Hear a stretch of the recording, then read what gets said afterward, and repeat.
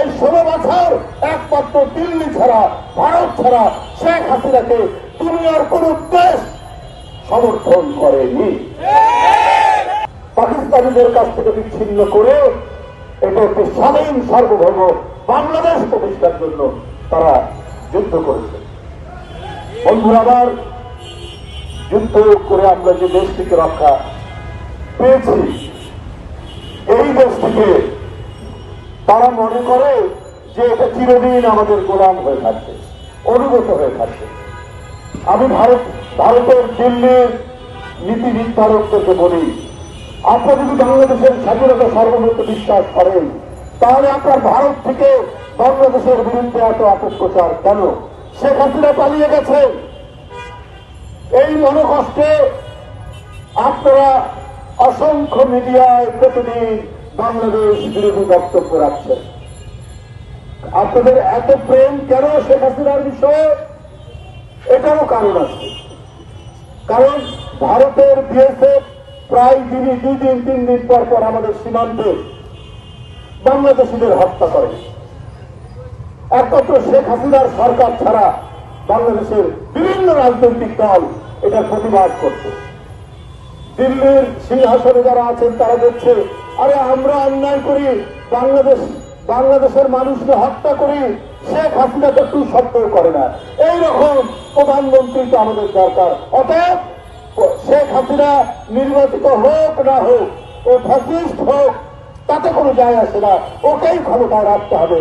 এই 16 বছর একমাত্র দিল্লি ছাড়া, ভারত ছাড়া শেখ হাসিনাকে দুনিয়ার কোন দেশ সমর্থন করেনি। এই কারণেই আজকে তাদের মনে খুব ব্যথা। এই কারণেই প্রতিদিন তারা বাংলাদেশের বিরুদ্ধে বিষোদ্গার করছেন। আমরা ভারতের বিরুদ্ধে বিষোদ্গার করতে চাই না, আমরা চাইনি। বাংলাদেশে একটি পরিবর্তন হয়েছে, এই পরিবর্তন 16-17 বছরের নিরন্তর সংগ্রামের মধ্য দিয়ে। এই আন্দোলনের নেতৃত্ব দিয়েছিলেন বেগম খালেদা জিয়া, দেশনেত্রী বেগম খালেদা জিয়া।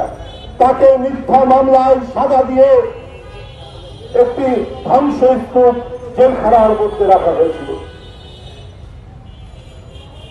বিএনপির ভারপ্রাপ্ত চেয়ারম্যানকে মিথ্যা মামলায় সাজা দিয়ে তিনি যাতে দেশে না আসতে পারেন সেই ষড়যন্ত্র করেছে।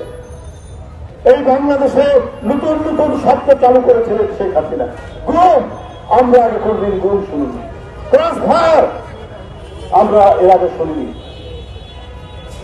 এগুলো শেখ হাসিনা শুরু করেছেন কারণ যে বাংলাদেশের কোন রাজনৈতিক দল, কোন সামাজিক গোষ্ঠী তার অন্যায়ের বিরুদ্ধে যাতে শব্দ করতে না পারে, তাই তিনি গোটা সমাজের মধ্যে আতঙ্ক, ভয় তৈরি করেছিলেন এই গুম খুনের মধ্যে।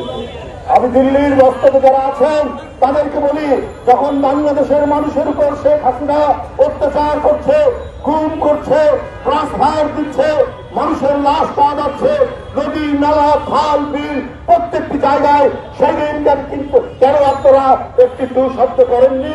কারণ শেখ হাসিনা আপনাদের আপনজন, আপনাদের অন্যায়, আপনাদের সমস্ত অবৈধ কাজ শেখ হাসিনা মেনে নেয়। কিন্তু বাংলাদেশের মানুষ এটা মানে না বলেই আজকে বাংলাদেশের বিরুদ্ধে আপনারা বিষোদ্গার করছেন, বাংলাদেশের বিরুদ্ধে আপনারা নানা ধরনের অপপ্রচার করছেন।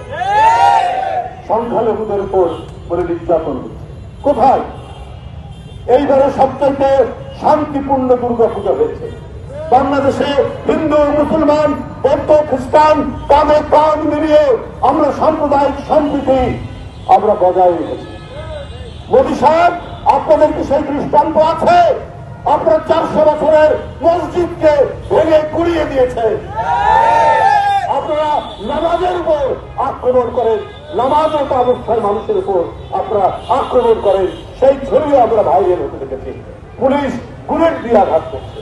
কিন্তু বাংলাদেশ অসাম্প্রদায়িক দেশ, এখানে মুসলিমরা সংখ্যাগরিষ্ঠ, তারপরেও আমরা প্রীতি, সম্প্রীতি, শুভেচ্ছার বন্ধনে আমরা হিন্দু, মুসলমান, খ্রিস্টান সবাই একত্রিত। আমরা কারোর প্রতি ঘৃণা পোষণ করি না, আমরা ভারতের প্রতিও করতাম না। কিন্তু আপনারা যদি আমাদের প্রতি ঘৃণা পোষণ করেন, আপনারা যদি একজন পতিত স্বৈরাচার, ঘৃণ্য স্বৈরাচার, যে রক্তাক্ত আলপনার মধ্যে দিয়ে নিজের ক্ষমতাকে টিকিয়ে রেখেছিলেন, তাকেই যদি আপনারা একমাত্র আপনাদের প্রতিনিধি মনে করেন যে সেই হচ্ছে আমাদের আসল লোক, তাহলে তো বাংলাদেশের মানুষ আপনাদেরকে বিশ্বাস করবে না।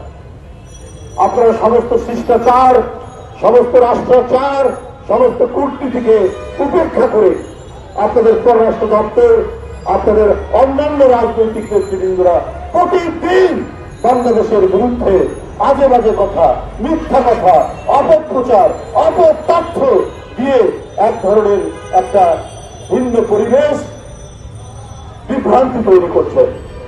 কিন্তু সারা দুনিয়ার মানুষ জানে যে বাংলাদেশ কত সম্প্রীতির দেশ, কত শান্তির দেশ। যাই হোক বন্ধুরা, আমরা তাই নিজেরা নিজের শক্তিতে আমরা দাঁড়াবো, নিজেরা আমরা